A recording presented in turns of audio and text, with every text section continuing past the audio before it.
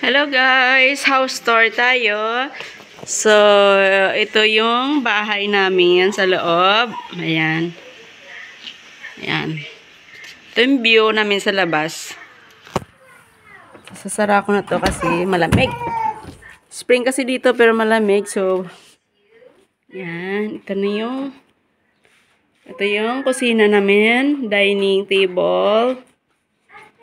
Tapos, ito yung lutuan namin. Yan. Buti na lang hindi ako magluto ngayon kasi may mga leftover kaming, may mga sharing kaming nadala kagabi. So, ayan. Ayan. Tapos, ito yung sala namin. Yung anak ko nanonood. Hi! Hi la, dadang ko. Yan, sala namin. Okay. Tapos ito yung view ng farm nila, habi. Ayan, may mga baka doon. Oh.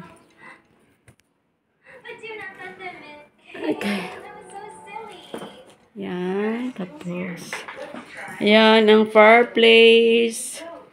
Para kapag winter, may kahoy gamit namin. Tapos ito yung mga rooms. Ito yung unang room. Ayan. Walang gumagamit dito kasi ginagawa namin laundry room. Dito namin binibiladyo. Kasi maganda ang araw dito. So, pag may bisita siguro dito ko namin patutulogin. Soon, may darating kaming bisita. So, ayan. Ayan yung cabinet. Yan, tapos may malaking mirror. Yan, walking cabinet din ba ang tawag dyan? Tapos, ito yung toilet. Ayan. Kubita. At tapos, ito yung pangulang room. Medyo malaki ito. Dito kami natutulog ni JL. Yung anak ko. Dito kami natutulog pag ito yung naka-assign sa amin na room. Tapos ito yung cabinet namin. Binuksan yata ito. Okay. Tapos yan. Yan ang room namin. Dadang. Ayan. Ayan.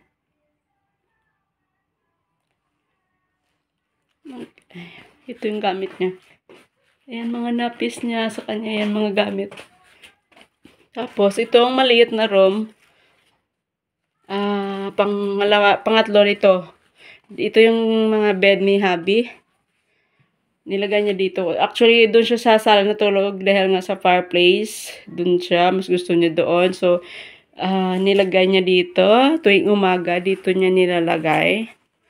So, ito yung view ng pangatlong kwarto. Yan. Yan yung highway. Papuntang city. Ito. Mula dito, pag ganun, yan. Ito yung highway. Tsaka yun ang view. Okay. Yan yun. Gamit ni JL sa kanya lahat to. Maliit lang itong room na to. Kaya so dito lahat ng mga gamit ni JL. Yan. Kaya dito lahat. Okay. Yan. Okay. May cabinet lang siyang maliit. So i-close ko na ito. Tapos ito yung paliguan namin. Ayan. Ayan. Yan. Mga paliguan. Okay, itong paliguan namin. Ayan. Kasi ito yung toiletries ni hubby. Ayan. Ayan. So, ito lahat guys, yung house tour namin. House tour na So, maganda ito kasi maluwang siya kumpara sa dati naming bahay. Kaya, lalo mga kwarto. Kaya siya, maganda yung niya. Tsaka ito yung laundry room pala.